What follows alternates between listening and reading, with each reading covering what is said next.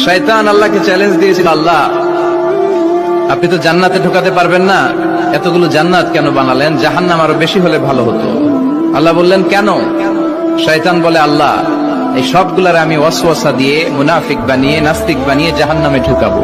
আমি চ্যালেঞ্জ দিলাম, ডান দিক থেকে ধোকা দেব, বা থেকে, সামনে থেকে, পেছন থেকে, নিচ থেকে, রগের শিরা উপশিরায় ঢুকে, মাজরার দাম যেখান দিয়ে রক্ত চলাচল করে ওখানে ঢুকেও আমি ধোকা দেব। আপনি জান্নাতে ঢুকাবেন কেমনে? আল্লাহ বললেন তুমি আমারও চ্যালেঞ্জ দাও, এত বড় সাহস? আমি তো সব রাজার বড় রাজা, মহারাজা। চিৎকার করে বলেন ঠিক কিনা? মহারাজার সাথে চ্যালেঞ্জ দেয়া যায় না। তুমি আমাকে চ্যালেঞ্জ দাও, ওকে ডান, আই টেক ইউর চ্যালেঞ্জ। আমিও তোমার চ্যালেঞ্জ নিলাম। তুমি আজীবন ধোকা দিবা, আজীবন তুমি গুমরা করবা, বেনামাজি বানাবা, জালিম বানাবা।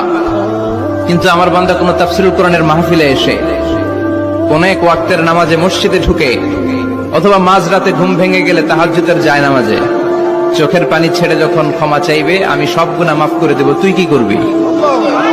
চিৎকার করে পড়েন আল্লাহু আকবার।